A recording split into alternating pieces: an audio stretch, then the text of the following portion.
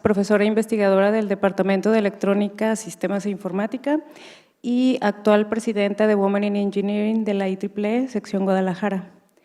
En nombre del ITESO, Universidad Jesuita de Guadalajara, les doy la más cordial bienvenida a la conferencia La aplicación de los lenguajes formales en el Formal Testing y la Ingeniería de Software, impartida por el Dr. Luis Vinicio León, director general de eQuality y experto del Laboratorio Nacional de Prueba de Software. Para iniciar, me permito leer la semblanza del Dr. León. El Dr. Luis Vinicio estudió Ingeniería en Sistemas Computacionales en el ITESO de 1985 a 1989. Desde la segunda mitad de sus estudios trabajó como desarrollador de software. Inició su carrera académica como profesor asociado en el ITESO en 1990. De 1994 a 1998 realizó estudios de posgrado en Alemania durante el equivalente a la maestría. Durante el equivalente a la maestría se orientó a los fundamentos de los lenguajes informáticos. Durante el doctorado profundizó en aspectos sintácticos y semánticos de lenguajes formales para su uso en los Formal Methods, que luego aplicó en el enfoque de pruebas que la ISO llama Formal Language Based Testing. A su regreso de Alemania, en 1998, Luis Vinicio se reincorporó a ITESO como profesor investigador e impartió y coordinó las materias de autómatas y lenguajes formales, lenguajes de programación, compiladores, análisis y diseño de algoritmos, pruebas de software y Formal Software Development. Luis Vinicio es autor de varias publicaciones nacionales e internacionales. En el 2003, junto con otras personas, entre ellos varios exalumnos del ITESO, fundó eQuality, empresa especializada en pruebas de software. Tiempo después renunció al ITESO y desde entonces ha sido el director general de esta empresa. Luis Vinicio ha tomado cursos sobre alta dirección, innovación, mercadotecnia, finanzas y talento humano. Como director de eQuality ha participado en programas de aceleración y de internacionalización de empresas. Fue vicepresidente de la Caniete Occidente, presidente del consorcio Aportia y presidente del capítulo Occidente de la AMSIS. Es actualmente miembro de la Delegación Mexicana de Expertos ante la ISO en temas de pruebas de software y receptor del reconocimiento como experto nacional del Laboratorio Nacional de Prueba de Software. A Luis Vinicio le apasionan los lenguajes, tanto artificiales, digamos de programación, especificación, documentación, etcétera, como naturales. Habla español, inglés, alemán y francés. Démosle una cordial bienvenida, por favor, al doctor León. Muchas gracias, Mildred. ¿Me escuchan bien? Ok, bueno, ya les platico algo sobre mí, Mildred. Quisiera ahora preguntarles algo sobre ustedes. ¿Cuántos de ustedes están estudiando Ingeniería en Sistemas Computacionales? Hay que hacer la mitad. ¿Cuántos están estudiando Ingeniería en Desarrollo de Software? Ok, la mayoría de sistemas. Gracias. Les voy a pedir, si es fácil, si se concentraran más bien aquí para tenerlo más cerca, si no se sienten cómodos con ello, está bien, pero ojalá y lo pudieran hacer. Bueno, dado que tenemos poco tiempo, entonces preferiría que las preguntas vinieran al final, por favor. Vamos a empezar entonces. Ese es el tema de la plática. Les voy a hablar un poco acerca del contexto por el que les estoy platicando esto. eQuality es una empresa, es un corporativo, tiene 20 años en el mercado y lo que hacemos para nuestros clientes, por un lado, es ayudarles a liberar o adquirir productos de software que tengan alta calidad, mejorar la satisfacción y productividad de los usuarios de los productos que probamos, incrementar la productividad en el desarrollo de software de los equipos de desarrollo que nos contratan, acelerar con ello el time to market, o sea, la salida de sus productos al mercado y reducir también el total cost of quality y el total cost of ownership.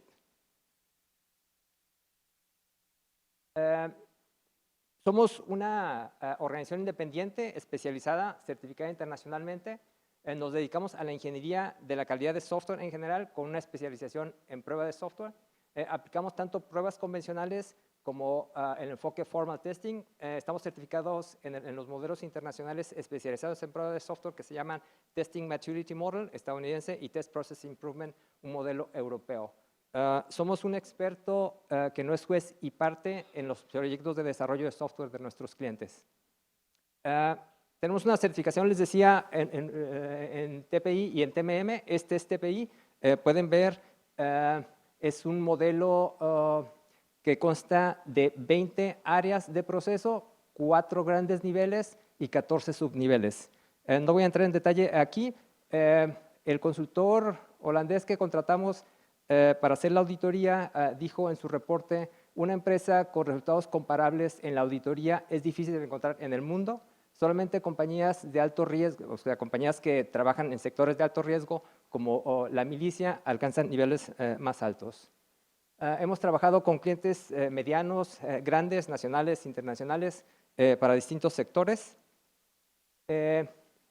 Parafraseando una definición del Laboratorio Nacional de Prueba de Software que pueden encontrar aquí, nps.mx, decimos que la prueba de software es un proceso que se ejecuta en paralelo al de desarrollo de software. Usualmente lo dejan al final, debiera ejecutarse a lo largo de todo el proceso de desarrollo de software, partiendo desde el levantamiento de requerimientos. En este proceso se evalúa el sistema que queremos probar, el System Under Test, considerando precisamente los requerimientos. Los requerimientos son la medida de la calidad de un producto. Para ello diseñamos y aplicamos un conjunto de casos de prueba, eventualmente con herramientas del tipo Computer Aided Software Testing. Estos casos de prueba deben ser diseñados ingenierilmente, quiere decir, deben aplicarse las técnicas adecuadas para diseñarlos y los aplicamos para detectar niveles inadecuados de la calidad. Si no encontramos defectos, nosotros fallamos. El producto, por supuesto que tiene defectos. Si no los encontramos nosotros, en realidad no estamos siendo efectivos. Este proceso se debe aplicar utilizando un conjunto de métricas también adecuadas y debe administrarse tanto los insumos como los productos de la prueba de software que llamamos testware. Hay varios tipos de prueba que ejecutamos para nuestros clientes. Decíamos, aplicamos distintas técnicas de prueba en distintas fases del ciclo de desarrollo de un producto, partiendo de las necesidades, pasando por los requerimientos, el diseño y el código. Cuando todavía no tenemos código, lo que hacemos es revisar información que nos entrega el cliente y comenzamos a diseñar casos de prueba, pero también aplicamos pruebas que llamamos estáticas. Estáticas porque todavía no hay un producto ejecutable que podamos probar. Algunas técnicas de diseño de pruebas estáticas son las revisiones, por ejemplo, las peer reviews, y también el análisis estático que puede, si el diseño está escrito en un lenguaje formal, entonces se podría hacer análisis de código, análisis estático quiere decir del diseño. Y luego cuando ya está el código, cuando ya hay un programa, se puede hacer también análisis estático del código del programa. Estos tipos de prueba están marcados en lo que llamamos el modelo B, que en ese momento no está completo, pero aquí tenemos la parte izquierda de la V. Cuando ya tenemos, decía, el código, el programa, entonces podemos ejecutarlo y podemos llevar a cabo pruebas estáticas. Entonces podemos hacer pruebas de componentes de manera unitaria, las pruebas de unidad. Podemos hacer también luego pruebas a la integración de esos componentes. Luego hacer pruebas de sistema y luego pruebas de adaptación junto con el cliente. Durante ese proceso la primera vez que aplicamos el conjunto de casos de prueba que diseñamos, a ese primer ciclo le llamamos pruebas progresivas. Después de que nos entregan una versión corregida, ya sin los defectos que detectamos en principio, podemos ejecutar un subconjunto de las pruebas progresivas y ese segundo ciclo le llamamos pruebas progresivas. Puede haber más de un ciclo de pruebas regresivas. Esas pruebas regresivas en muchos casos se automatizan, hay que encontrar el momento adecuado para hacerlo. Las pruebas que tenemos del lado izquierdo de la V las llamamos pruebas estructurales o de caja blanca, mientras que las que están del lado derecho las llamamos pruebas funcionales o de caja negra. Pero además de las pruebas estructurales y de las pruebas funcionales, tenemos también las pruebas no funcionales, así se les suele llamar, como las pruebas de seguridad y las pruebas de desempeño. En esta plática me voy a concentrar más bien en esta parte derecha y algunas cosas aplican también al análisis estático. Bueno, el tema de la plática es la aplicación de los lenguajes formales en el formal testing y la ingeniería de software. Entonces vamos empezando por el principio. ¿A qué le llamamos un lenguaje formal? Para obtener una buena definición de lo que es un lenguaje formal, usualmente partimos de lo que es un alfabeto y lo definimos como un conjunto finito de símbolos. Por ejemplo, tomemos el alfabeto del 0 y el 1. Dado que es un conjunto finito, entonces podemos obtener su cardinalidad, en este caso la cardinalidad sería 2. Y luego definimos una operación sobre los símbolos del alfabeto, que es una concatenación, de manera que podamos juxtaponer, pegar símbolos de ese alfabeto. En nuestro ejemplo, eso nos permitiría poner un 0 detrás del 1 y un 1 detrás del 0. Esa operación la extendemos, esa operación de concatenación, la extendemos a conjuntos, no sobre símbolos, sino a conjuntos. Y entonces podemos hablar de la concatenación de conjuntos. Luego extendemos esa operación sobre un mismo conjunto de manera repetida, de manera que podamos obtener la exponenciación de símbolos del alfabeto. Si tomamos nuestro alfabeto B de 0 y 1 y el exponente lo hacemos 2, entonces lo que vamos a obtener son todas las cadenas de ceros y unos de tamaño 2, que son estas que aparecen aquí, y la cardinalidad de esa exponenciación es precisamente 4, ¿no? Son esos 4 elementos que tenemos aquí. Ahora, habiendo definido esas operaciones, en particular la exponenciación, definimos la cerradura de Kleene de esta forma. Decimos que la cerradura de Kleene es la unión de todos los conjuntos que representan todas las exponenciaciones sobre el alfabeto. De manera que en nuestro ejemplo, en donde el alfabeto es 0 y 1, entonces obtenemos la cerradura de Kleene en donde van a estar todos los elementos, todas las cadenas de tamaño 0, solamente hay una, es la cadena vacía, todas las cadenas de tamaño 1, el 0 y el 1, todas las de tamaño 2, todas las de tamaño 3 y así sucesivamente. En realidad, vaya, obtenemos esta operación. La pregunta es, ¿cuál es la cardinalidad de este conjunto? ¿Cuál es la cardinalidad de la cerradura de Kleene? ¿Alguien podría decirme, por favor? Sí, por favor. Ok, Aleph 0, donde eso representa. Así es, los infinitos contables. Perfecto, muchas gracias. La cerradura de Kleene es un conjunto infinito, pero es contable, significa que tiene la misma cardinalidad que los números naturales. Los números naturales tienen una característica muy importante. Es un conjunto infinito, pero es contable. Significa que es bastante manejable. No importa el número que nosotros demos, el número natural que nosotros demos, sabemos cuál es el que sigue. Eso no es cierto en todos los conjuntos, como vamos a ver enseguida. Entonces, la cerradura de Kleene de un alfabeto incluye todo lo que podemos escribir con ese alfabeto. En nuestro caso, en nuestro ejemplo, la cerradura de Kleene incluye cualquier cadena que podamos escribir de ceros y unos. Entonces, ahí en realidad tenemos todos los números naturales en notación binaria. ¿Algo hice?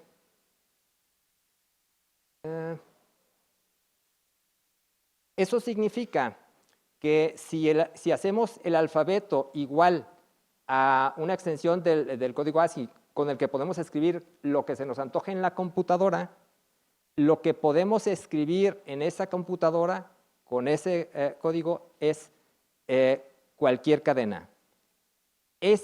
La cantidad de cadenas que podemos escribir en cualquier computadora es infinita en principio, pero es contable. Es infinita, pero es contable. Algunas de esas cadenas que podemos escribir en la computadora, en esa computadora, son programas. Algunos son programas en C, otros son programas en Java, otros son programas en Prolog. todos los programas que puedan escribir en esa computadora están dentro de la cerradura de Kleene de ese alfabeto. Ahora, la definición formal de lo que es un lenguaje formal es que si tenemos un alfabeto, un lenguaje formal sobre ese alfabeto es cualquier subconjunto de la cerradura de Kleene. Entonces, de todas las cadenas que podemos escribir en la computadora, tomamos un subconjunto y ese es un lenguaje. Ahora, si estamos diciendo que es un subconjunto de cadenas sobre el alfabeto, una pregunta sería ¿cuántos lenguajes podemos obtener dado un alfabeto? Para obtener el conjunto de subconjuntos de un conjunto, disculpen la cacofonía, tenemos la operación del conjunto potencia, donde de manera general la cardinalidad es la que tenemos aquí. Por eso se llama conjunto potencia porque es una potencia de 2. Si tomamos nuestro ejemplo, donde el alfabeto era 0 y 1, y queremos obtener los subconjuntos de ese conjunto, un elemento del conjunto potencia de cualquier conjunto es el conjunto vacío, como lo tenemos ahí. Si obtenemos sistemáticamente el conjunto potencia, entonces podemos partir primero de que tenemos un conjunto vacío, y entonces el conjunto vacío tiene solamente un subconjunto, el conjunto vacío. Pero si agregamos un elemento, entonces una manera sistemática de obtener el conjunto potencia es agregar el nuevo elemento, en este caso el 0, agregar el 0 a todos los subconjuntos que ya teníamos. En este caso tenemos solamente el subconjunto vacío, a ese subconjunto vacío le agregamos ese elemento y tenemos 2 subconjuntos. Si queremos obtener el conjunto potencia el conjunto que ahora tiene además el 1, entonces agregamos a los subconjuntos ya existentes los subconjuntos obtenidos añadiéndole el nuevo elemento, y entonces obtenemos este y obtenemos esto. Así que la cardinalidad del conjunto potencia en este caso es 4. Bueno, resulta que la cardinalidad del conjunto, la cantidad de lenguajes que se pueden obtener sobre un alfabeto es infinita, pero es no contable por esta razón. Es como, podríamos pensar en esta cardinalidad como la cardinalidad de los números reales. Los números reales tienen la particularidad de que cualquier número que escojan no pueden saber cuál es el que le sigue, porque hay una cantidad infinita de números entre el que ustedes digan y entre el que yo les di. Eso significa que tenemos más lenguajes que programas. Esto es muy importante. Tenemos más lenguajes que programas. Tenemos una cantidad infinita pero contable de programas, pero tenemos una cantidad infinita no contable de lenguajes. Significa en particular que para algunos lenguajes no vamos a tener procesadores, no vamos a tener compiladores que procesen esos lenguajes. Eso significa también, adicionalmente, que para una cantidad infinita de lenguajes, una cantidad infinita no contable de lenguajes, no vamos a poder escribir reglas que los definan. Esta es la jerarquía de Chomsky con algunas extensiones. Lo que vamos a ver aquí es un tanto más procedural. La definición que vimos hace un momento es más bien declarativa. Es útil para entender algunos conceptos como este de que hay más lenguajes que programas, pero para los ingenieros eso en realidad es poco útil. Necesitamos algo más procedural. Y aquí vienen algunas cosas. Tenemos los lenguajes regulares. Los lenguajes regulares pueden definirse con reglas de este tipo, con reglas usando BNF, con reglas de este tipo. Este es un lenguaje prototípico y esos lenguajes se pueden procesar con autómatas finitos, tanto determinísticos como no determinísticos, que en este caso tienen el mismo poder de procesamiento. Con este tipo, con este tipo de mecanismos, los autómatas finitos, podemos procesar la parte lexicográfica de la definición de un lenguaje, por ejemplo, de programación. Tenemos luego los lenguajes libres de contexto, que tienen, sus reglas gramaticales suelen ser de este tipo, o suelen definirse de esta manera. Este es un lenguaje prototípico que abstrae la situación de que podemos tener paréntesis, corchetes, llaves anidadas unas dentro de otras. Este es otro lenguaje prototípico, sin embargo, este es un lenguaje que llamamos no determinístico. El de arriba es determinístico, el de abajo es no determinístico, y en este caso los autómatas que lo procesan son los autómatas de pila, pero para los lenguajes determinísticos se utilizan autómatas determinísticos, para los no determinísticos, autómatas no determinísticos. Es con esta subclase de lenguajes con las que se suele definir la sintaxis de los lenguajes informáticos. Y dentro de esta clase tenemos una subclase que es aquellos lenguajes que pueden ser procesados mediante analizadores sintácticos ascendentes o descendentes. Además de estos mecanismos para procesar lenguajes, además de los autómatas, tenemos también las expresiones regulares con las que podemos incluso generar analizadores léxicos para un lenguaje. Mientras que para esta clase de lenguajes también tenemos, además de reglas de este tipo, de autómatas de pila, también tenemos otros mecanismos como los grafos de sintaxis, a partir de los cuales también se pueden generar automáticamente analizadores sintácticos para un lenguaje. Luego tenemos los lenguajes sensibles al contexto, cuyas reglas gramaticales suelen tener esta forma, que es prácticamente la misma de arriba, solamente que esto significa que el no terminal n se puede transformar en esta secuencia de terminales y no terminales solamente cuando la n está en el contexto de una secuencia de terminales y no terminales del lado izquierdo, que es beta 1, y otra del lado derecho, que es beta 2. Este es un lenguaje prototípico de esta clase, que abstrae la situación de que cuando definimos una rutina que tiene k parámetros, cuando la utilicemos esa rutina, a esa rutina también le debemos pasar k parámetros.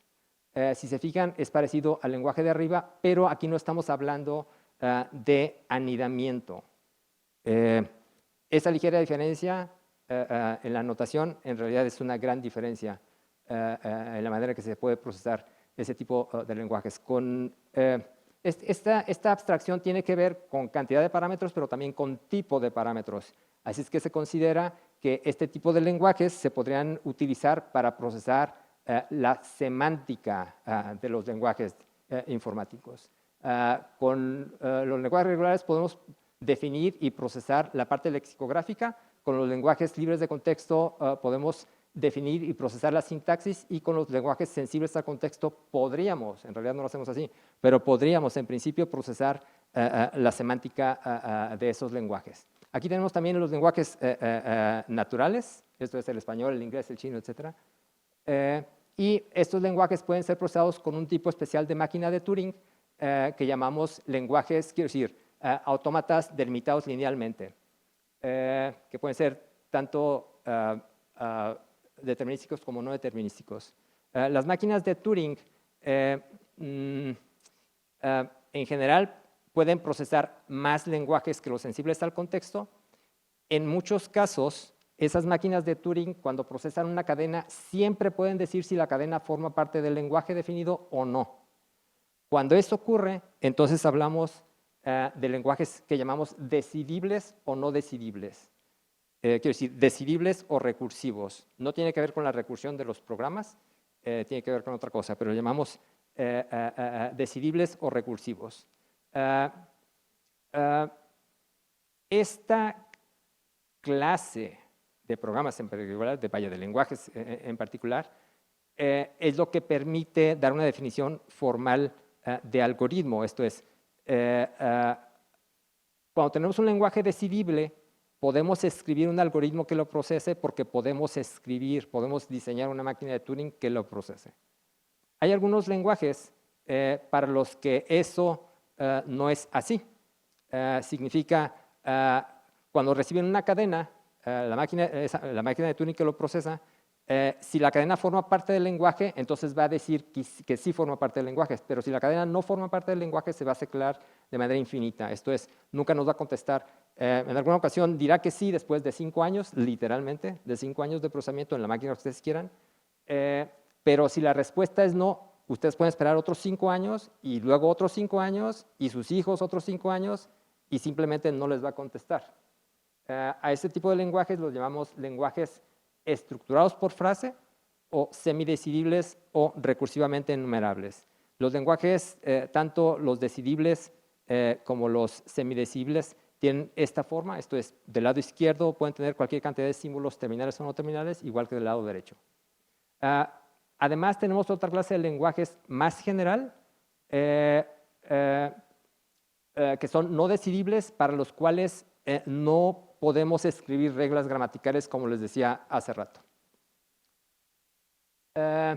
Bueno, aquí tenemos la forma, yo diría, clásica en la que se muestran la forma de las reglas gramaticales de estos tipos de lenguajes, pero aquí van otras reglas, otras formas normales de esas reglas que permiten ver la diferencia que parece muy pequeña entre un tipo de lenguaje y otro. Por ejemplo, con este tipo de reglas podemos definir los lenguajes regulares.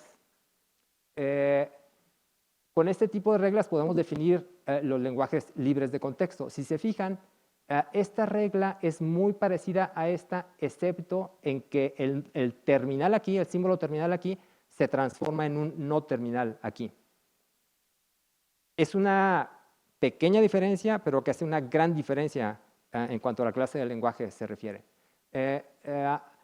Luego, para definir los lenguajes sensibles al contexto, tenemos esta regla, la primera, que es exactamente la de arriba. Y la de abajo es muy parecida a la de arriba, solamente que se agrega un no terminal del lado izquierdo. Es una pequeña diferencia, vuelvo a decir, en la notación, pero hace una gran diferencia en cuanto a la clase de lenguajes se refiere. Y luego, para describir los lenguajes estructurados por frase, podemos utilizar las reglas de este tipo, que son las primeras dos, y además podemos definir que un símbolo no terminal puede ser la cadena nula. Otra vez, una pequeña diferencia que hace una gran diferencia. Desde el punto de vista ingenieril, nos interesa más bien este tipo de lenguajes, porque los podemos procesar de manera eficiente y para ellos podemos generar automáticamente analizadores léxicos y sintácticos que los procesen. Desde el punto de vista más bien práctico, tenemos distintos tipos de lenguajes informáticos. En particular, tenemos los lenguajes de programación que se suelen describir en términos de generaciones y de paradigmas. El primer lenguaje de programación fue desarrollado por los alemanes, pero la historia la escriben los vencedores, entonces no es considerado como el primer lenguaje de programación. Plan Calcul. Tuvimos también lenguajes ensambladores y luego pasamos a tener lenguajes de alto nivel. Lo que les voy a mostrar aquí son solamente algunos de los lenguajes más prototípicos y de mayor influencia en el desarrollo de la informática. Aquí tenemos Fortran, considerado por muchos el primer lenguaje de programación de alto nivel, y tenemos también Lisp. Después tuvimos en la tercera generación lenguajes de propósito particular. Este era más bien para hacer procesamiento matemático. Y el lenguaje prototípico aquí es Algol 60, del cual la inmensa mayoría de los lenguajes posteriores heredaron muchas ideas. Pero también tenemos Simula 1, después vinieron lenguajes de propósito particular, como SQL, y luego lenguajes de muy alto nivel, en particular Prolog y Lisp. Esta es una semblanza de una clasificación atendiendo las generaciones de lenguajes. Ahora vamos a ver algo semejante, pero para los paradigmas. Tenemos por un lado el paradigma procedural o imperativo, en el que están englobados todos estos lenguajes. Por un lado tenemos lenguajes que eran no estructurados, tenemos también lenguajes estructurados y tenemos lenguajes orientados a objetos. Del lado no procedural tenemos lenguajes aplicativos y tenemos lenguajes declarativos o lógicos. Pero no solamente tenemos lenguajes de programación. Otros lenguajes informáticos son, por ejemplo, los lenguajes de diseño y de especificación. Por ejemplo, les mencioné los grafos de sintaxis o el lenguaje de la herramienta Jack, que se utiliza para definir analizadores sintácticos, o Lex, que se utiliza para definir y generar automáticamente analizadores léxicos. Creo que cuando mencioné Jack dije analizadores léxicos, debí decir, este es para generar analizadores sintácticos y este es para generar analizadores léxicos. Pero también tenemos lenguajes de especificación como Z, como zip-L. Tenemos otros lenguajes informáticos como lenguajes de documentación, y ahí tenemos LaTeX, en el cual se escriben muchos textos que ustedes deben estar estudiando, o HTML. También tenemos lenguajes de arquitectura para escribir scripts de prueba, por ejemplo, y lenguajes de definición de procesos como estos que aparecen aquí. Bueno, cuando nos contratan, decía que nosotros buscamos que lo hagan desde el principio de su proyecto, desde que tienen una idea del producto que quieren, les ayudamos a revisar los documentos de requerimientos, a revisar la arquitectura del diseño, el programa, que se implante el producto adecuadamente, que se le dé un mantenimiento adecuado. En esta primera fase le ayudamos a revisar si se define el producto correcto. Luego les ayudamos a revisar si se construye el producto correctamente, para después ayudarles a verificar si se recibe el producto correcto y si se le da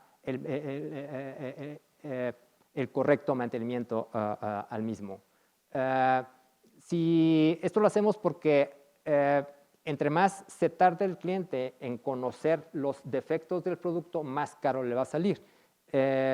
Si resulta que aquí en la fase de arquitectura y diseño detectamos un problema, pues si es un problema de esta fase, entonces va a ser relativamente fácil detectar el error y corregirlo. Pero si es de una fase anterior, ya no va a ser tan fácil y ya no va a ser tan barato. Eso puede llegar a ser catastrófico. Si en la fase de implantación, si nos contratan ya cuando el producto está terminado y están próximos a hacer una implantación o ya la hicieron, y detectamos un problema aquí, en la fase de implantación, y resulta que el problema no fue de esa fase, sino que es un problema de la programación, entonces el costo para detectarlo y corregirlo se puede triplicar. Y si resulta que no fue del programa, sino que fue un problema de diseño, entonces el costo se puede sextuplicar y luego duplicar si resulta que el problema fue en los requerimientos. El asunto es, este es el ciclo de desarrollo de vida de un producto. A lo largo de este ciclo de vida que se estudia en la ingeniería de software, en la cual se recomiendan buenas prácticas, se aprenden técnicas, etc. A lo largo de este proceso se deberían utilizar de manera sistemática una buena cantidad de lenguajes informáticos. Vimos que tenemos lenguajes de especificación, de documentación, por supuesto de programación, etc. Pero en realidad los lenguajes que más se suelen utilizar son los lenguajes de programación. Y los lenguajes de programación también ayudan o han ayudado a incrementar la calidad de los productos que se desarrollan. Han ayudado a implementar algunas buenas prácticas en el desarrollo de software. Vean lo siguiente. Al principio los programadores escribían programas o definían programas conectando cables, conectando o prendiendo y apagando switches. Luego, esos programas, la gente que estudiaba eso pasó a definir lenguajes ensambladores y entonces la escritura y el mantenimiento era más fácil porque se usaban mnemónicos, los mnemónicos de estas operaciones. Eso agilizó el desarrollo de productos, redujo la propensión a error y por lo tanto aceleró, digamos, el time to market de los productos, ahorró tiempo. Pero la cosa no se quedó ahí. Vean, por ejemplo, estas instrucciones. Estas que aparecen aquí son unas que están acá. Estas instrucciones en realidad corresponden a esta comparación. Metemos una A al stack y luego metemos un 3 y luego metemos la C y luego dividimos el 3 entre la C y luego comparamos la A con el resultado de esto. Esta es una instrucción en un lenguaje de alto nivel, mientras que estas son instrucciones en un lenguaje ensamblador. Esto es menos propenso a error que esto y escribir esto es más rápido que escribir esto. Es que el desarrollo de lenguajes de programación de cada vez mayor nivel de abstracción es algo que ha permitido escribir más programas más rápidamente de mejor calidad. Es que los lenguajes, en particular de programación, han abonado al desarrollo de programas de alto nivel y a la implementación de buenas prácticas. Esto corresponde a esta instrucción y así sucesivamente. Ahora, estas abstracciones que aparecen aquí, por ejemplo, esta abstracción de esto, son útiles, pero las abstracciones no se quedaron ahí. Por ejemplo, en realidad, esto que tenemos aquí con esta etiqueta y este jump if zero abstrae esta instrucción. Esto es, los estudiosos en aquella época detectaron el patrón del if, de manera que cuando ustedes escriben una instrucción así, el compilador genera el código ejecutable, más bien algo así, a partir, procesando cada uno de los elementos del if y generando código como este. Lo mismo para instrucciones como el while. Entonces, si se fijan, en vez de tener que escribir programas como estos o como estos, hoy en día escribimos programas como estos que con 6 instrucciones se generan automáticamente 25 de ellas, ahorrando tiempo, dinero y esfuerzo. Bueno, nuestro tema era la aplicación de los lenguajes formales que ya revisamos en el formal testing y en la ingeniería de software. Ya les platiqué por qué es que podemos decir que los lenguajes formales, en particular los lenguajes informáticos, abonan a buenas prácticas en la ingeniería de software. Ahora vamos a ver cómo se aplica los lenguajes formales en el formal testing. El formal testing es un enfoque de pruebas que la ISO llama Formal Language Based Testing, por razones obvias. Es un enfoque en el que se usan de manera integrada distintos tipos de lenguajes informáticos en actividades de prueba. Algunos ejemplos son los lenguajes de definición de procesos o PDLs, con los cuales se pueden definir procesos de prueba. Los lenguajes de especificación, con los cuales se define un modelo del System Under Test y a partir de los cuales se pueden generar automáticamente casos de prueba. La aplicación de este tipo de lenguajes es una práctica que se conoce como Formal Model Based Testing. También en el Formal Testing se utilizan componentes de compiladores para realizar análisis de código de los programas, pero también de los diseños si estos fueron definidos de manera formal. Esta práctica se conoce como Static Analysis. En el formal testing también se utilizan metalenguajes como el BNF o como los grafos de sintaxis o como las expresiones regulares que se utilizan para definir lenguajes.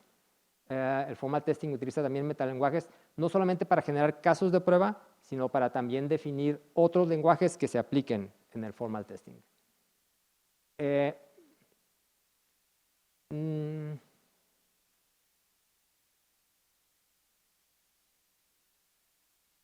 ¿Alguien tiene alguna pregunta urgente hasta aquí? Ok. Por ejemplo, nuestro proceso lo definimos aplicando prácticas del Project Management Institute y lo definimos con un PDL gráfico que luce así. Decía, se siguen las fases sugeridas por el Project Management Institute, en las que decimos un proceso tiene una fase inicial, una fase de planeación, una fase de ejecución y control y una fase de cierre. Nuestro proceso está definido con un lenguaje, con un PDL, con un Process Definition Language gráfico como el que aparece aquí. Pero también lo tenemos definido de manera textual, que son páginas en HTML en las que se define un proceso y se definen las actividades que se ejecutan dentro de ese proceso. Si las actividades resultan ser complejas, entonces en realidad las actividades se definen como subprocesos. Este es un subproceso y lo que ocurre es que los subprocesos son ligas a otras páginas de HTML en donde esos subprocesos están definidos con mayor detalle. Cuando la actividad es suficientemente sencilla, entonces se define en el texto como aquí y se puede decir quién hace qué cosa utilizando qué formato, por ejemplo. Después de establecer el alcance, se planea el proyecto y se reproduce el contexto del sub. Si se fijan, estos dos son otra vez subprocesos.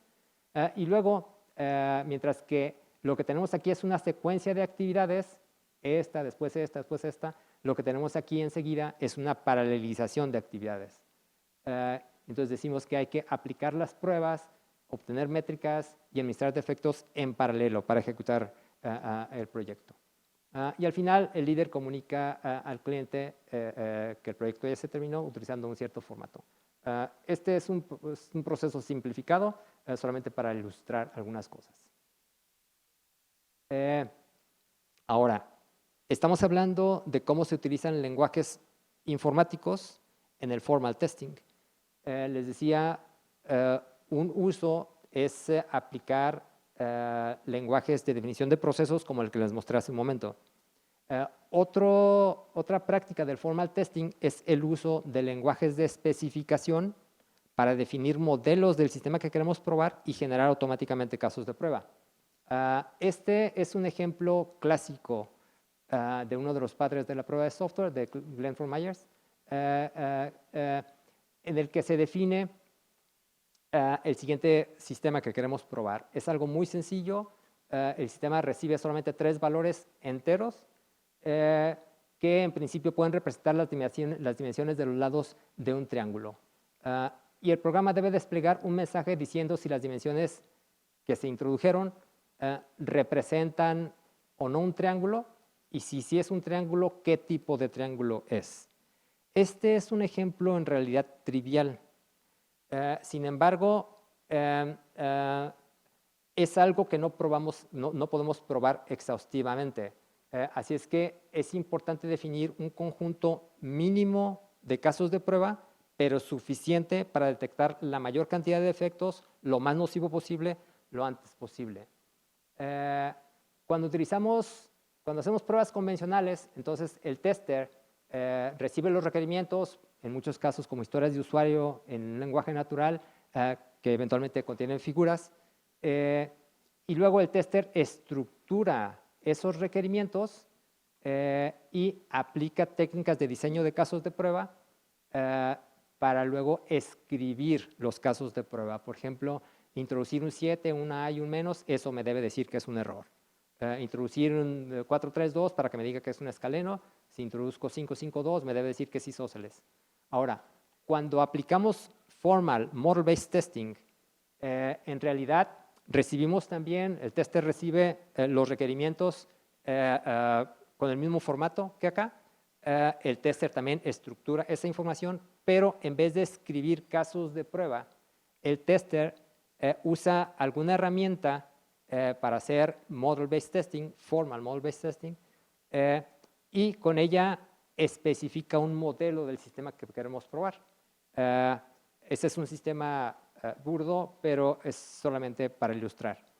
Aquí, por ejemplo, ese modelo está especificado utilizando expresiones regulares, un metalenguaje.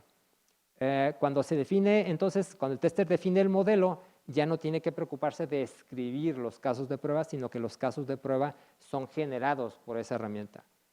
Y entonces los casos de prueba que tuvo que escribir el tester acá son generados automáticamente aquí. Esto tiene muchas ventajas, como se podrán imaginar. Los lenguajes de especificación son de naturaleza distinta de los lenguajes de programación. Muchos de ellos utilizan notación matemática para describir el sistema que queremos probar. Por ejemplo, aquí definimos un conjunto que es el de los mensajes que puede emitir el System Under Test. No es un triángulo, es escaleno, isósceles o equilátero.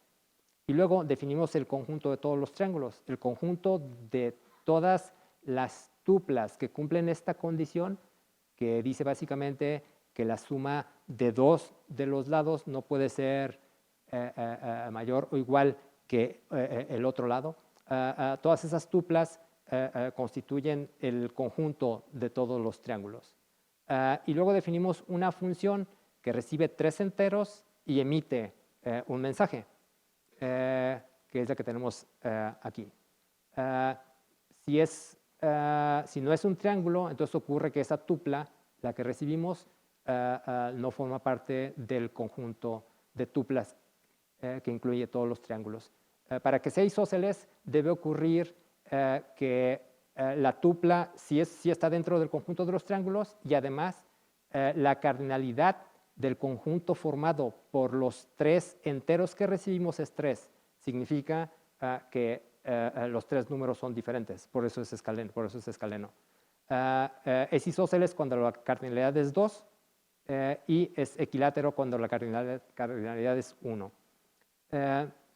Este tipo de nomenclatura hace la labor del tester menos propensa a error y es más mantenible que estar modificando, por ejemplo, los casos de prueba que se escriben manualmente. Si tenemos esa función, entonces podemos utilizar también otras prácticas del formal testing para generar casos de prueba. Si tomamos, si escribiéramos esa especificación, entonces el compilador podría generar estos casos de prueba, ¿no? O sea, podría generar estas tuplas y podría especificar que esta tupla, por ejemplo, debe decir que el mensaje que se debe emitir es que no es un triángulo y así sucesivamente. Pero si utilizamos análisis de código, por ejemplo, entonces ese análisis estático, aquí debería decir análisis estático, ese análisis estático se puede realizar sobre la especificación, dado que la especificación se escribió en un lenguaje informático, así es que hay un compilador que procesa esa especificación. Cuando se procesa esa especificación, entonces podemos darnos cuenta, esto es, el compilador puede darse cuenta, puede obtener la complejidad de este segmento de la especificación, ¿no? Si se fijan, este segmento de la especificación, este código, si me permiten llamarlo así, tiene una complejidad menor que las otras dos. Podemos decir que mientras que este tiene complejidad 2, este tiene complejidad 4. Es que este debería tener complejidad 4 y este también. Sin embargo, eso se podría hacer obteniendo la complejidad de la especificación. Si el análisis estático se hace no sobre la especificación, sino sobre el programa, pudo haber ocurrido que este segmento del programa lo escribió un programador experimentado, al igual que este. Pero puede resultar que este otro fragmento del código lo escribió un tester menos experimentado, así es que complicó un poco más las operaciones por esa falta de experiencia. Es que la complejidad aquí sería mayor a pesar de que tiene una estructura muy semejante. Utilizando estos datos de la complejidad, nosotros podríamos generar más casos de prueba ahí donde hay más complejidad, porque donde hay más complejidad hay más propensión a error. Si hay más propensión a error, entonces hay que probar con más detalle. Así es que se puede utilizar estas métricas para generar más casos de prueba en proporción a la complejidad del código y o de la especificación. Ups.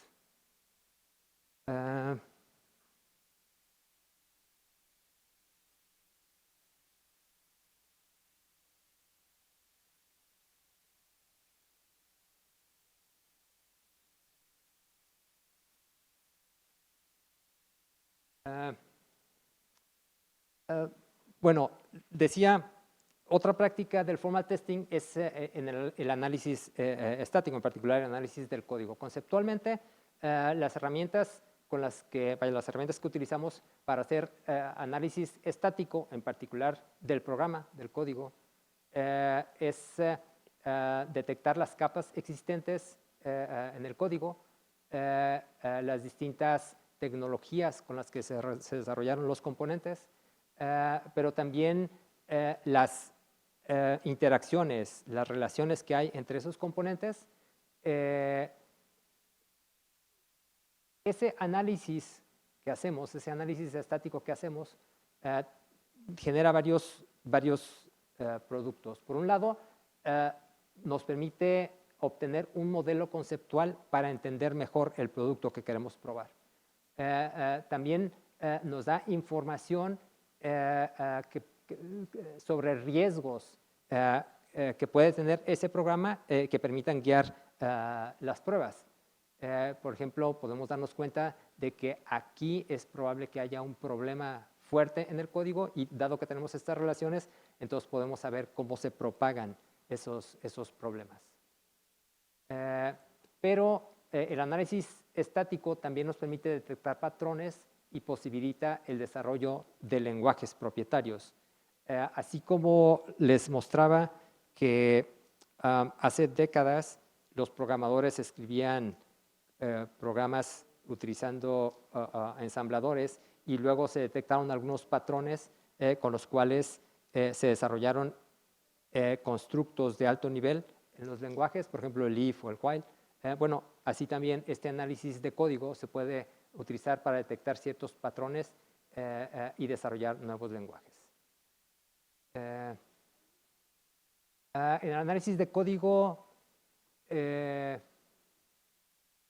se puede realizar para cubrir, con ciertos propósitos, por ejemplo, para obtener métricas o para detectar problemas de seguridad o violaciones de propiedad intelectual o apego a estándares. Las herramientas de análisis de código pueden contener solamente analizadores léxicos, que llamamos escáneres, que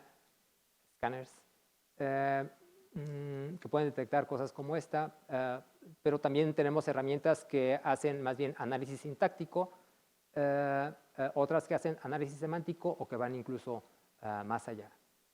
En todo esto que les estuve platicando, en la aplicación de prácticas del formal testing en particular, de la ingeniería de software, un elemento muy importante son los compiladores, los procesadores de lenguajes en particular, en general. En particular, los compiladores tienen estos componentes. Recuerden que un compilador es un procesador que recibe código escrito en un lenguaje y genera código escrito en otro lenguaje. El compilador tiene un componente muy importante que es el analizador léxico, el escáner, que se ocupa de hacer el procesamiento lexicográfico. En particular, va concatenando caracteres hasta formar elementos que tienen un significado en sí mismo. Por ejemplo, en Java, una llave de apertura o el nombre de un identificador o un número real. Es que el escáner hace ese procesamiento, mientras que el parser hace el análisis sintáctico, verifica que ese identificador que recibió se encuentre en un lugar permitido, vaya, que el identificador, por ejemplo,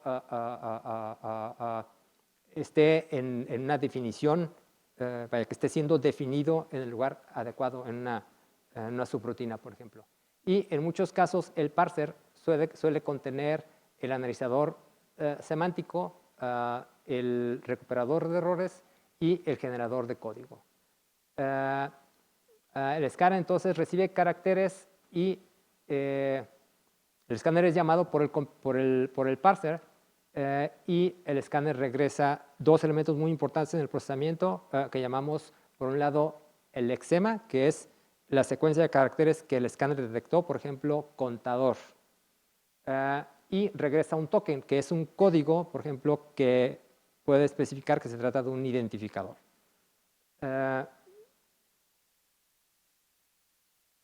Una estructura de datos muy importante en los compiladores son la tabla de identificadores. Esto es extremadamente importante porque les decía que las cuestiones que tienen que ver con los tipos de datos en un lenguaje de programación, por ejemplo, se podrían definir utilizando lenguajes sensibles al contexto, pero procesar ese tipo de lenguajes es muy costoso en tiempo y en memoria. Tan costoso que si un compilador que procesara esos lenguajes de esa manera, utilizando reglas sensibles al contexto, y tuviéramos un programa de 10,000 líneas de código, es probable que lo dejáramos, que iniciáramos la compilación hoy y tuviéramos que regresar pasado mañana a ver si hubo errores. Entonces, en realidad, les decía, no se utilizan reglas gramaticales de ese tipo para hacer el análisis semántico de los programas en particular, sino que se utiliza una tabla de identificadores que permite hacer las cosas sin tener que definir los lenguajes utilizando ese tipo de reglas. Y otra estructura de datos muy útil también es el árbol de sintaxis. Tanto el escáner como los componentes que están inmersos en el parser escriben y leen de estas dos estructuras de datos. Y finalmente el compilador va generando instrucciones en el lenguaje de salida.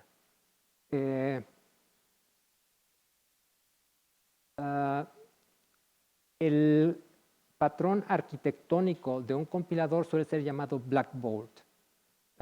Y el blackboard, el pizarrón, son precisamente estas dos estructuras de datos en las que los componentes del compilador escriben y leen. Hay distintos tipos de compiladores. Decíamos, un compilador es un tipo de procesador de lenguajes que recibe un lenguaje de entrada, procesa ese código escrito en un lenguaje de entrada y genera código en un lenguaje de salida. Cuando el tipo de lenguaje que tenemos como entrada es un lenguaje de programación de alto nivel y el lenguaje de salida es un lenguaje de programación de bajo nivel, decimos que tenemos un compilador convencional. Eso es a lo que solemos llamar un compilador. Ahora, cuando el lenguaje de entrada es un lenguaje de programación de alto nivel, pero el de salida también es de alto nivel, entonces decimos que tenemos un transpilador. Por otro lado, cuando tenemos como entrada un lenguaje que no es de programación y de salida tenemos un lenguaje en general, un lenguaje informático, entonces decimos que tenemos un interpilador. Y cuando lo que tenemos como entrada es un metalenguaje, esto es un lenguaje para definir lenguajes como las expresiones regulares o como los grafos de sintaxis, y de salida tenemos un lenguaje informático, decimos que tenemos un compilador de compiladores o un generador de compiladores. Bueno, esto es lo que quería platicarles hoy. Estoy atento a sus preguntas. Muchas gracias.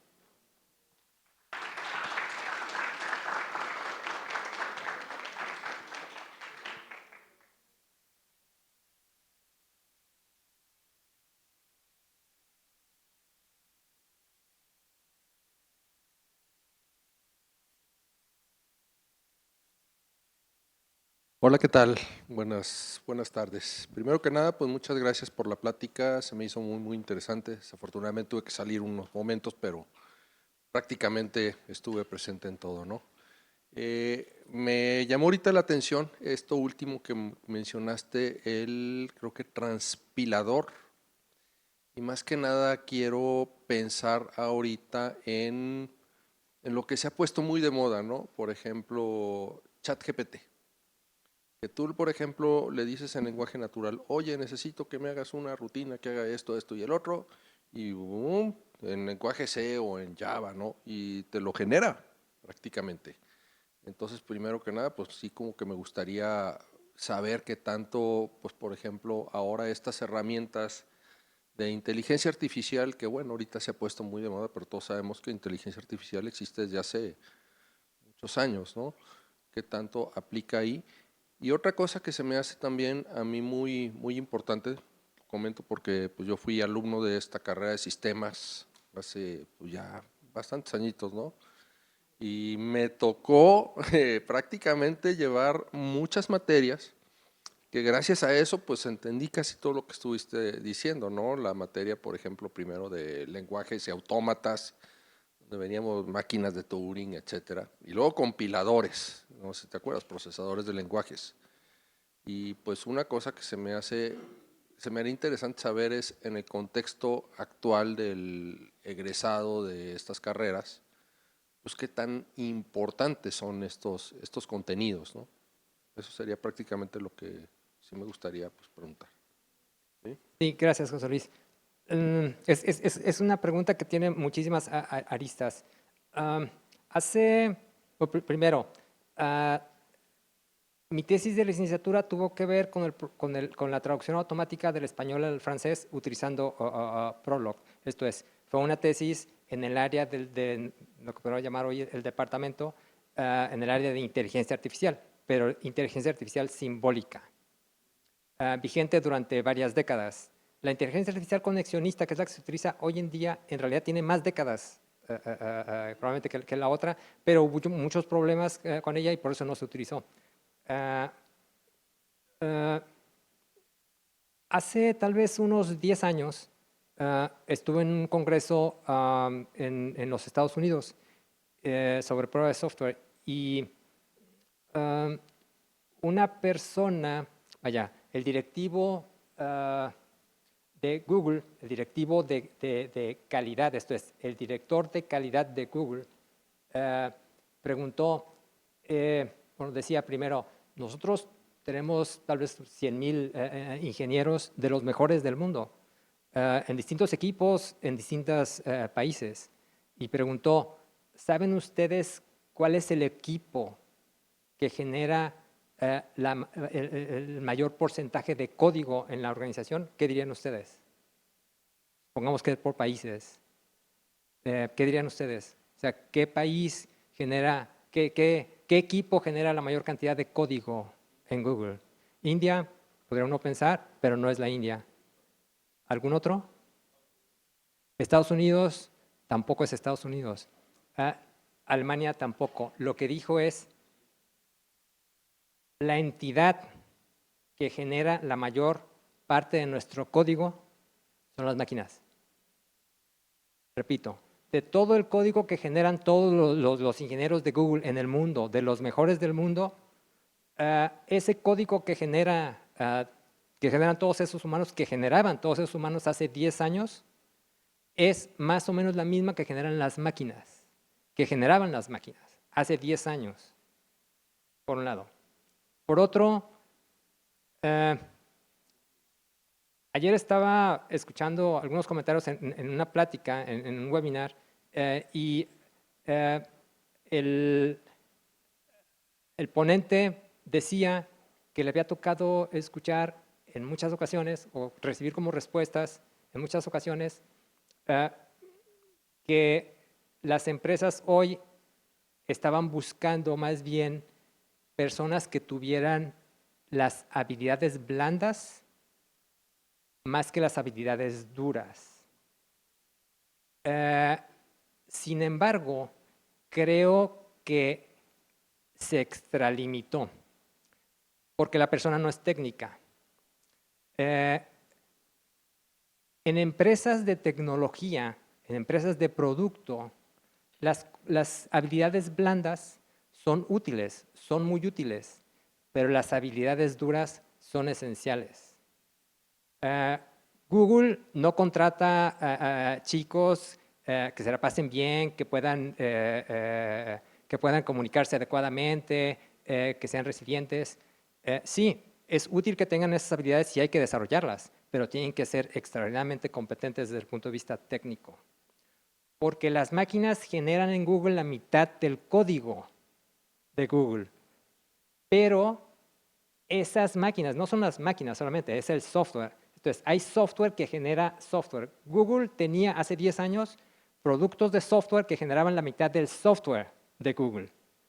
La pregunta es, ¿quién escribió esos programas que generan código? Con seguridad no fueron las máquinas, fueron humanos. Entonces, hay que posicionarse adecuadamente. Estamos en una época en que la claridad es algo de lo más importante que hay. Las máquinas, la inteligencia artificial, sí va a permitir, va a hacer cosas mejor que nosotros, pero debemos tener claro qué somos, qué queremos ser y qué podemos hacer mejor que las máquinas. Hay que utilizarlas, hay que utilizar la inteligencia artificial, pero la claridad es muy importante. Con la inteligencia artificial, yo les decía que una definición formal de algoritmo es una máquina de Turing que siempre termina, que dice sí o que dice no. Les dije también que los lenguajes sensibles al contexto, y más para arriba, en la jerarquía de Chomsky, son lenguajes que demandan muchísimo tiempo y memoria.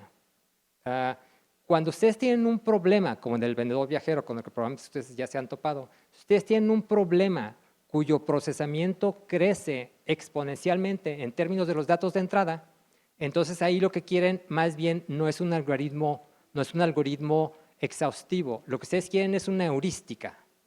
La definición de heurística es una secuencia de pasos que encuentra, dado un problema, que encuentra una buena solución. No se compromete a encontrar la mejor solución, porque para hacerlo tendría que revisar exhaustivamente todas las posibilidades y no va a tener tiempo de hacerlo. Porque cuando nos dé la respuesta ya no lo vamos a necesitar. Entonces, una heurística revisa, tratando de resolver un problema, genera una buena solución. A veces esa buena solución no es tan buena, pero la obtuvimos a tiempo. Eso significa que las herramientas de inteligencia artificial de hoy en día tienen un componente intrínseco, que es, dado que no revisan exhaustivamente, pueden cometer errores. Entonces, ha habido periodistas que dicen, pues yo le pregunté a la inteligencia artificial sobre mí, o sea, yo le dije, ¿quién es Oppenheimer? Y me dijo que yo había entrevistado a Putin. Yo nunca he entrevistado a Putin. Me dijo además que estaba casado con fulanita. Yo nunca he estado casado con fulanita. Esto es, esas herramientas tienen cierto límite y hay que entender también eso, por un lado. Por otro, algo que suelen hacer y que es muy útil, esas herramientas, es que procesan datos no estructurados y generan datos estructurados. Esto es, por ejemplo, uno le dice en lenguaje natural, necesito un programa que haga esto. Mis alumnos, cuando yo trabajé aquí en el ITESO hace 20 años, en tercer semestre escribían programas, en Prolog, por ejemplo, que recibían ciertos datos en lenguaje natural y generaban programas sencillos, pero lo hacían hace 20 años. Y eso no era cutting edge. Bueno, hoy en día las herramientas de inteligencia artificial pueden generar código en lenguajes informáticos a partir de frases en lenguaje natural. Esas frases en lenguaje natural que procesa la máquina, en realidad no las procesa exhaustivamente con reglas sensibles al contexto. Utiliza heurísticas, significa que se puede equivocar. Significa que el código que genere eventualmente tiene errores. En algunos casos uno puede comprar eso. Quiero decir, uno puede decir, está bien, no importa. Si se lo encargara un programador también podría tener errores. Eso es hasta en algunos casos, en otros no. Pero repito, la inteligencia artificial, muchas herramientas lo que hacen es procesar datos no estructurados y generar datos estructurados y muy altamente estructurados, como texto en un lenguaje informático. Bueno, nosotros tenemos la visión de que podemos diseñar lenguajes informáticos en los cuales una herramienta de inteligencia artificial pueda generar código. Eso provee claridad, porque ¿cómo es que las máquinas, las herramientas de inteligencia artificial hoy en día pueden generar programas a partir de frases en español? Pues porque fueron entrenadas. Fueron entrenadas tanto para entender el lenguaje natural como para generar código en un lenguaje de programación. Bueno, nosotros podemos hacer lo mismo, pero con nuestros lenguajes. Entonces, regresando a tu pregunta, a ese componente de la pregunta, si ustedes tienen esta claridad, entonces los lenguajes formales, los lenguajes informáticos y los compiladores, esas habilidades de definir lenguajes, esas habilidades de desarrollar compiladores, podrían hacer que, con eso podrían hacer que la máquina, la herramienta de inteligencia artificial, aprendiera a generar código en el lenguaje que ustedes definan. Y entonces eso los vuelve menos irrelevantes en el futuro. Porque eso es lo que está ocurriendo hoy. O sea, hacemos cosas, millones de humanos hacen cosas, las máquinas están observando, están aprendiendo y al rato hacen esas cosas más o menos igual, en algunos casos mejor que nosotros. El desarrollar nuestros lenguajes, nuestros compiladores y utilizar herramientas para que aprendan a utilizarse, entonces eso juega a nuestro favor y no en nuestra contra. ¿Alguna otra pregunta, por favor? Sí.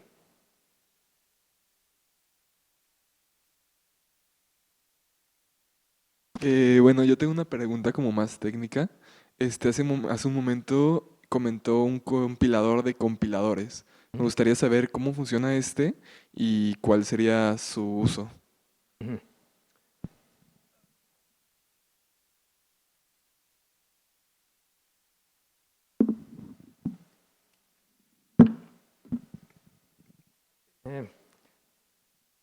Tú puedes definir, por ejemplo, que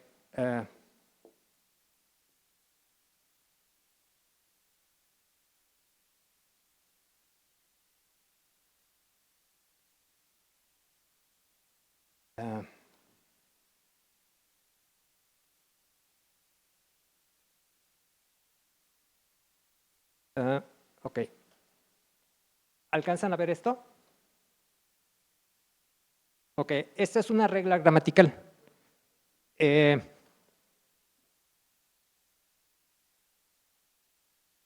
una regla gramatical de un lenguaje libre de contexto. Esto es procesable de manera eficiente. Y lo que aquí escribí esta regla en donde los no terminales empiezan con una mayúscula. Entonces, un programa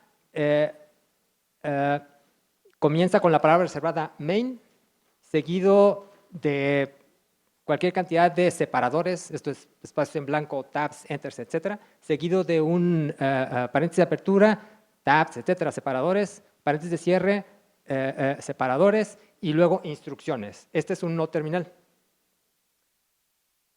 Esa es una regla gramatical. La podemos escribir en un blog de notas en algún editor. Estamos definiendo una parte de un lenguaje. Los compilers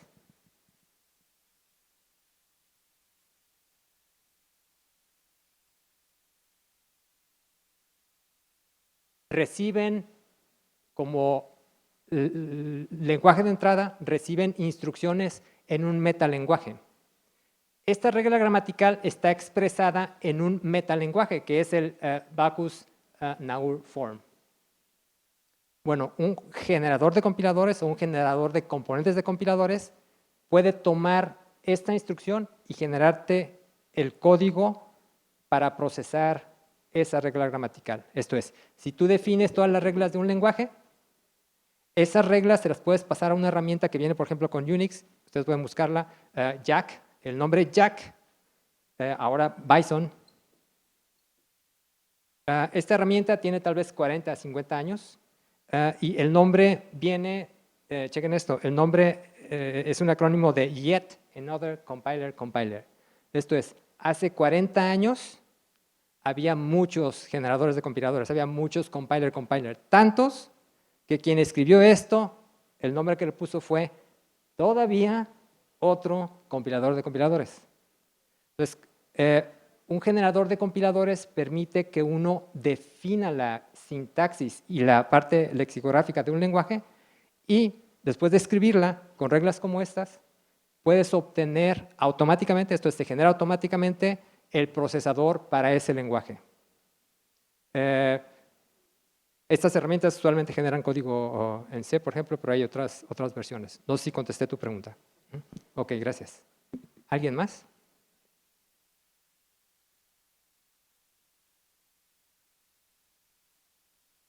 ¿No?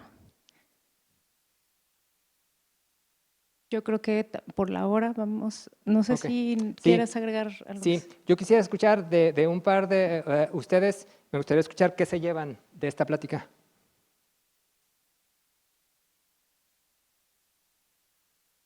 Las chicas han estado muy calladas hoy. Si alguna quisiera decirme qué se llevan.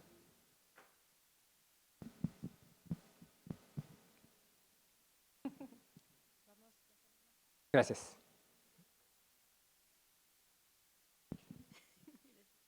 ¿Se escucha? Ah, sí. Pues tras haber visto todo esto, me parece que es un muy buen complemento al curso de la profesora. Creo que retomamos varios temas que ya habíamos visto y pues me pareció muy interesante, digo, también la parte de las respuestas que se dieron, cómo se aplica todo esto de alguna manera. Digo, ya habíamos visto varias aplicaciones también con la profesora, pero pues logré ver un poco más de ello. Gracias. ¿Alguien más?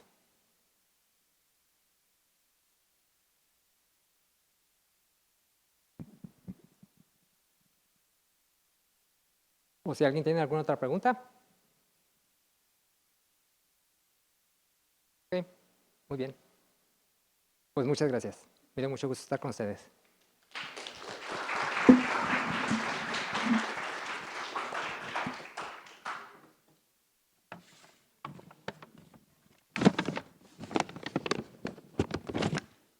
Agradecemos mucho la participación del doctor Luis Vinicio León. Muchas gracias por la plática, muy interesante. Y para agradecerle le vamos a dar un pequeño detalle y una constancia, un reconocimiento a su participación. Gracias. Gracias. Espero que te guste.